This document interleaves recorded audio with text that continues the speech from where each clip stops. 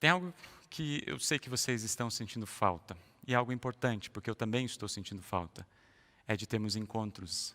Encontros com os nossos amigos, encontro com os familiares, mas hoje vamos falar um pouquinho encontro com os nossos amigos e irmãos na fé. A gente tem tentado, de alguma maneira, ocupar o nosso tempo. E na internet, na televisão, há várias dicas de como a gente pode, então, fortalecer os nossos relacionamentos, estar próximo dos nossos filhos, da nossa esposa, do nosso marido, fazer um curso que você gostaria de ter feito há algum tempo, assistir alguns filmes que você deixou de assistir. Quantas coisas que a gente tem a possibilidade de fazer nesse período agora que estamos. Alguns estão trabalhando, outros impossibilitado trabalhar nesse momento, mas por amor ao nosso próximo, por amor àqueles que nós amamos, nós estamos isolados, nós estamos em casa. E também, como a gente começou o culto dizendo, é uma experiência um pouco diferente para vocês, como também é para nós, pastores, de ter esse momento de culto, que é um momento de comunhão, um momento de louvor, um momento de estarmos juntos para louvar ao nosso Deus. E no Instagram da Congregação Concórdia, Luterana Moema, nós fizemos uma pergunta para vocês. E alguns de vocês responderam. A pergunta era a seguinte: como é que foi a experiência de vocês nesse primeiro culto totalmente ao vivo, online? E teve uma pessoa que respondeu dizendo assim: foi muito bom, mas meu domingo ficou incompleto. Estamos nos sentindo assim um pouco incompletos, né?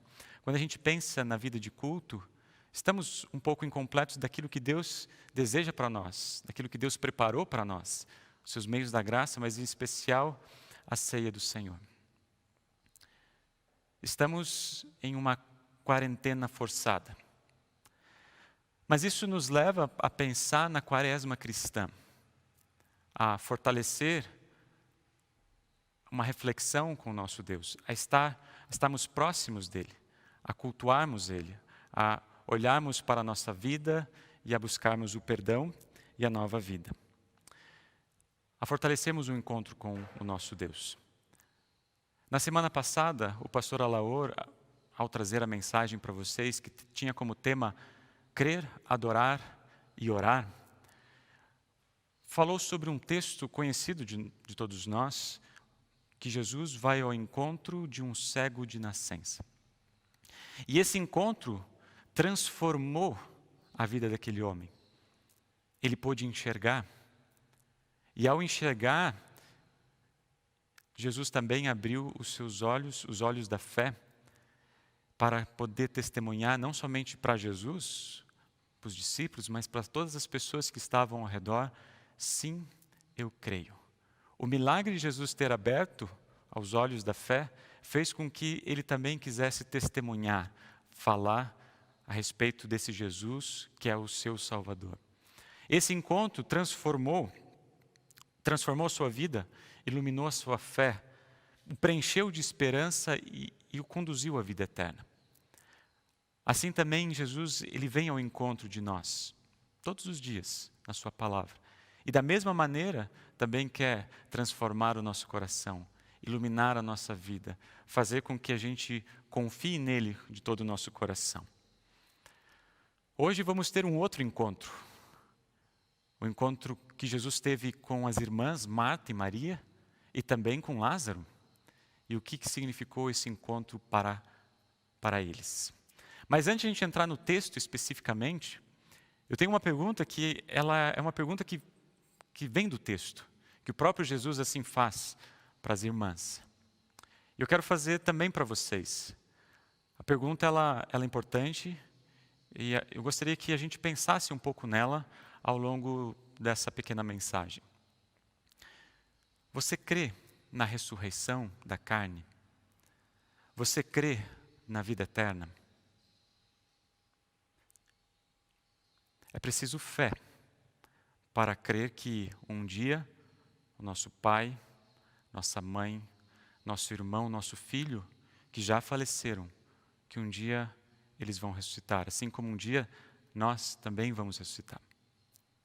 Não é pela razão, nós não vamos compreender a maneira como isso acontece. Deus, em Cristo Jesus, Ele oferece a sua promessa. E é pela fé que Ele deseja com que nós aprendamos esse conhecimento e essa promessa. E é exatamente isso que a gente faz em todos os nossos cultos. O credo apostólico, por exemplo, demonstra de uma forma muito clara essa verdade. No credo apostólico nós vamos dizer: eu creio na ressurreição da carne, eu creio na vida eterna. Eu creio. O Evangelho de João, capítulo 11, ele fala das duas irmãs, Marta e Maria, que estavam passando por um momento muito difícil. Seu irmão Lázaro estava doente. Jesus era amigo deles, como diz o próprio texto. Eles enviam notícias para Jesus para que ele soubesse que seu amigo Lázaro estava doente. Quando Jesus recebeu a notícia, ele logo disse: o resultado dessa doença de Lázaro não vai ser a morte dele. Isto está acontecendo para que Deus revele o seu poder glorioso. Vejam que interessante. Antes mesmo da morte de Lázaro, Jesus já fala da ressurreição. Então vem a pergunta: o que vem antes? A morte ou a ressurreição? Para nós cristãos, a ressurreição vem antes. Por causa da fé, por causa das promessas. E fé é acreditar, é confiar naquilo que esperamos, é a prova daquilo que nós não podemos ver. E esse é o sentido do Evangelho de hoje. No momento da morte, Jesus fala da vida. No momento da angústia, Jesus fala da esperança. No momento da tristeza, Jesus mostra o seu poder. E às vezes é importante, e às vezes usamos pouco do nosso tempo para mostrar que mesmo em meio ao sofrimento e à morte, a vida tem a palavra final. Em consequência de tudo aquilo que nós estamos passando nessas últimas semanas, em virtude do Covid-19, nos últimos dias, pelo menos aqui em São Paulo, as notícias elas são de hospitais de campanha sendo construídos e outros hospitais sendo organizados ou reestruturados, porque dizem que nos próximos dias a demanda de pacientes que vão estar mais graves e vão precisar de cuidados intensivos vão ser maiores. De uma certa forma, eu me preocupo muito com isso. Eu me preocupo porque talvez a gente não vai ter a possibilidade de ir ao encontro dessas pessoas que estão entre a vida e a morte. Eu sei que vocês, quando têm um amigo, um familiar, alguém especial na tua vida e que estão precisando, que vão para o hospital, por exemplo, vocês vão visitá-lo. Assim como eu também faço dentro da minha função como pastor da igreja, quando há uma possibilidade para ir ao hospital, assim eu faço. E exatamente no hospital, onde a gente olha ao redor, a gente percebe bastante sofrimento, também a morte iminente, é que a vida tem o seu aspecto maior. É nesse lugar onde a gente mais fala a respeito da ressurreição, da nossa esperança, das promessas de Deus. E esse texto de hoje, ele fala de uma situação também angustiante. Fala também de um irmão que estava doente, de Lázaro. As irmãs já haviam feito tudo para, então, dar todo o suporte para ele. Não havia mais nada do que pudesse ser feito a não ser recorrer ao irracional, recorrer à fé, recorrer a Jesus. Foi isso que fizeram, como a gente viu antes, eles mandaram notícias para Jesus. Jesus não estava muito longe, a cidade que ele estava, diz o texto, apenas 3 quilômetros. Talvez uma caminhada de 1 hora, 1 hora e pouquinho. Estava ao lado. Só que não sei se isso chamou a atenção de vocês, mas desde o momento que ele ficou sabendo da notícia do seu grande amigo Lázaro estava doente, até o momento que ele chegou lá, se passaram 6 dias. 6 dias estando tão perto. E não é à toa a gente ouvir aqui Marta e Maria dizendo, indignadas, eu pensando, o que aconteceu com Jesus? Será que ele se esqueceu da gente? Marta não esconde a revolta, a indignação, sua tristeza em relação a Jesus. Por isso disse, quando Jesus esteve diante dela, se o Senhor estivesse aqui, isso não teria acontecido. Maria, ela estava onde?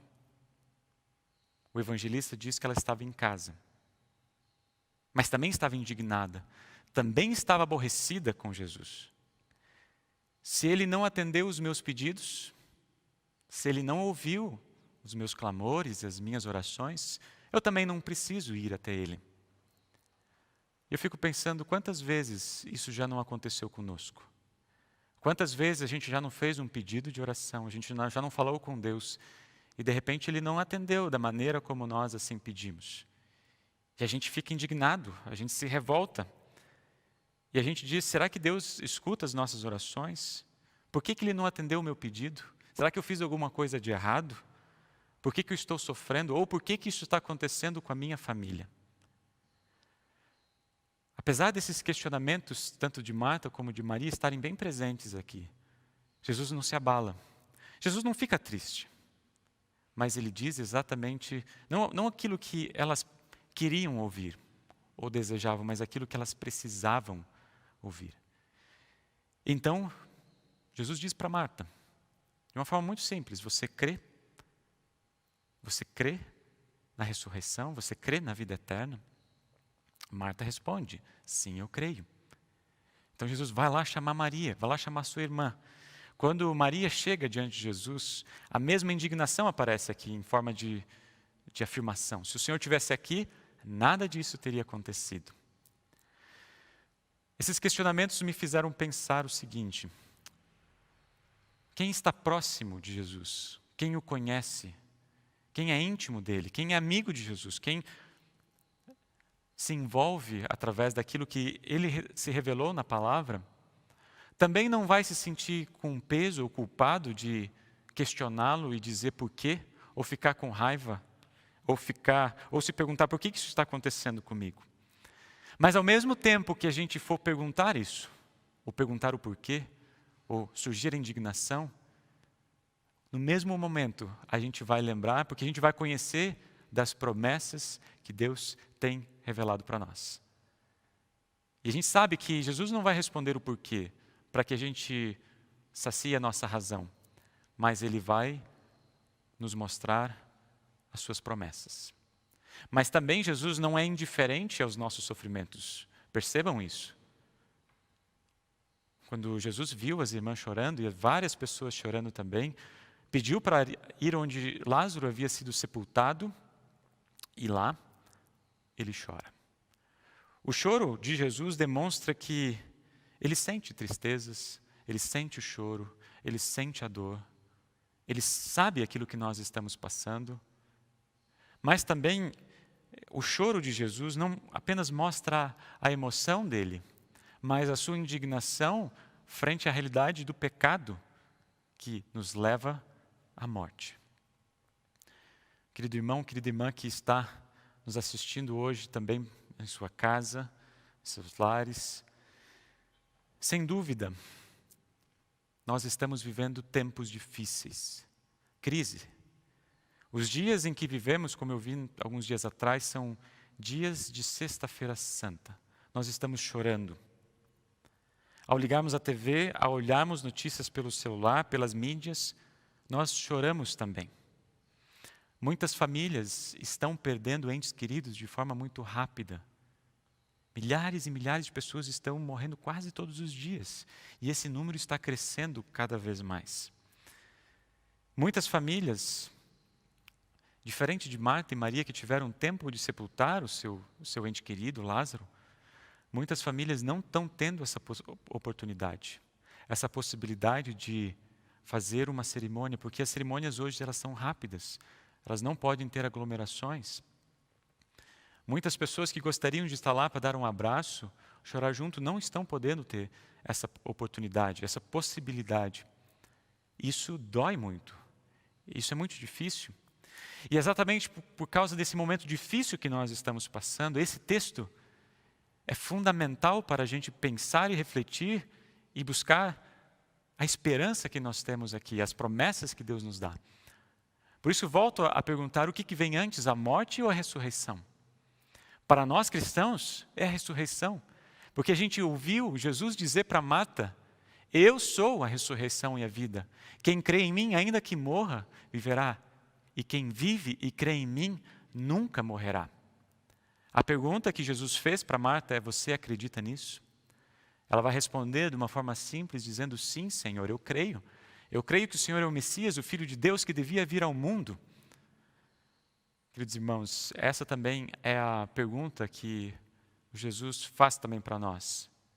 Acho que vale a pena a gente refletir. Eu creio. Você crê na vida eterna? Você crê na ressurreição da carne? O final da história nós já conhecemos. Jesus ressuscita Lázaro. E a ressurreição de Lázaro ela é importante porque ela é um sinal. É um sinal daquilo que Jesus vai realizar no último dia. Vai nos trazer a ressurreição. Mas também para mostrar que a morte não tem poder sobre a vida ela sempre tem a palavra final. Que encontro maravilhoso que nós temos todas as vezes que Jesus está presente. Vocês talvez estão passando por esse momento da quaresma com um jejum de relacionamentos, ou um jejum de encontros. Mas que bom que a gente pode ter, não precisa se abster de ter um jejum, de ter encontros com o nosso Salvador. Que Jesus que vai ao teu encontro possa transformar também a sua vida e te colocar como filho redimido e filho perdoado. Essa é a nossa oração. Que você continue tendo forças para estar e auxiliar as pessoas que precisam dos teus cuidados.